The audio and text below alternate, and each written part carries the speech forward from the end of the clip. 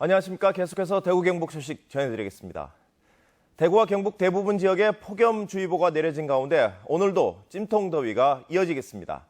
오늘 아침 최저기온은 대구 23, 구미 23.6, 안동 22.5, 포항 23.9도 등으로 열대야가 나타난 곳은 없었습니다. 하지만 낮 최고기온은 대구와 안동 36도, 구미 35, 포항 32도 등으로 어제보다 기온이 높겠습니다. 내일도 대체로 맑은 가운데 대구 아침 기온은 25도로 열대야가 나타나겠고 낮 기온은 36도를 기록하는 등 오늘보다 기온이 조금 더 오르겠습니다.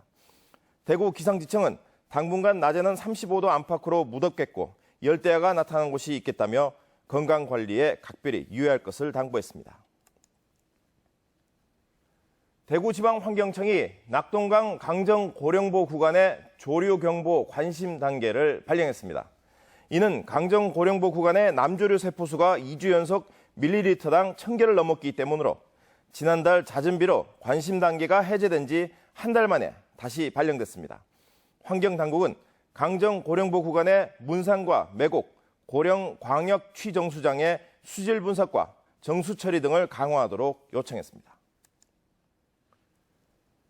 경상북도의 실크로드 프로젝트의 일환으로 추진하는 세계 실크로드 대학연맹 총회가 어제 서울에서 개막했습니다. 참가 대학들은 앞으로 공동연구와 각종 사업을 통해서 상호 교류 확대에 앞장서기로 했습니다. 박근식 기자가 보도합니다. 세계 실크로드 대학연맹 총회가 세계 50개 대학 총장과 학생들이 참석한 가운데 연맹 의장 대학인 한국외국어대학에서 개막됐습니다.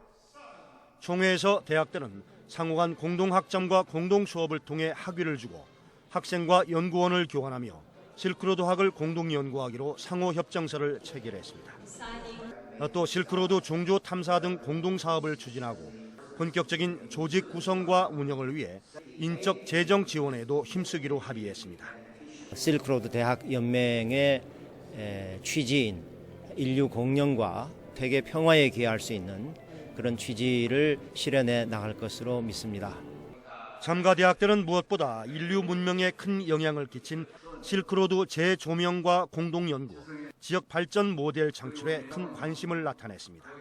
With the people in Vietnam and also the academia in Vietnam can share with other universities along the Silk Road network to respect the values and. 경상북도의 실크로드 프로젝트는 비단길, 바닷길, 철도길, 실크로드 국가와의 네트워크를 구축해 궁극적으로 교류 협력을 확대하는 것이 목표입니다. 이를 위해 실크로드 대학연맹에 이어 산하의 대학총장협의회 등 3개의 국제기구도 설립한다는 계획입니다. 우리 선조들이 갔던 실크로드의 길을 또 젊은 대학생이 주역이 돼서 함께 세계 문화의 길을 넓혀 가기를 기대를 합니다. 연맹 측은 내년 총회를 베트남 호치민시에서 개최하기로 해 호치민 경주 세계문화 엑스포를 비롯해 경상북도의 실크로드 문화 대장정이 한층 탄력을 받게 됐습니다. MBC 뉴스 박근식입니다. 한국은행 대구 경북본부에 따르면 6월 말 현재 대구 경북 지역 미분양 주택은 6,800여 가구로 전달보다 700여 가구 늘어 올해 들어 가장 많이 늘었습니다. 대구의 미분양 주택은 전달보다 200여 가구 줄었지만 경북에서 900여 가구 늘었습니다. 또 대구 경북 미분양 주택이 전국에서 차지하는 비중은 11.4%로 지난해 말부터 줄곧 10% 안팎을 기록하고 있습니다.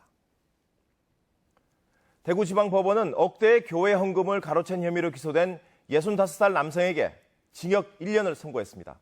대구의 한 교회에서 해외 선교 자금을 관리하던 집사인 이 남성은 지난 2008년부터 수금한 선교 지원금 일부를 개인적인 용도로 사용하는 등 1억 2천여만 원을 가로챈 혐의로 기소됐습니다.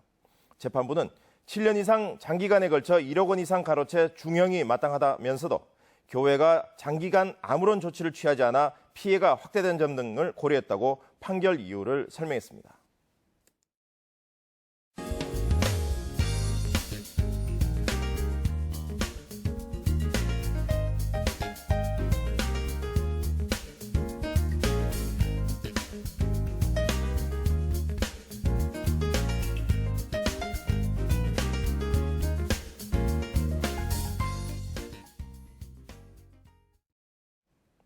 지금까지 대구 경북 소식이었습니다. 고맙습니다.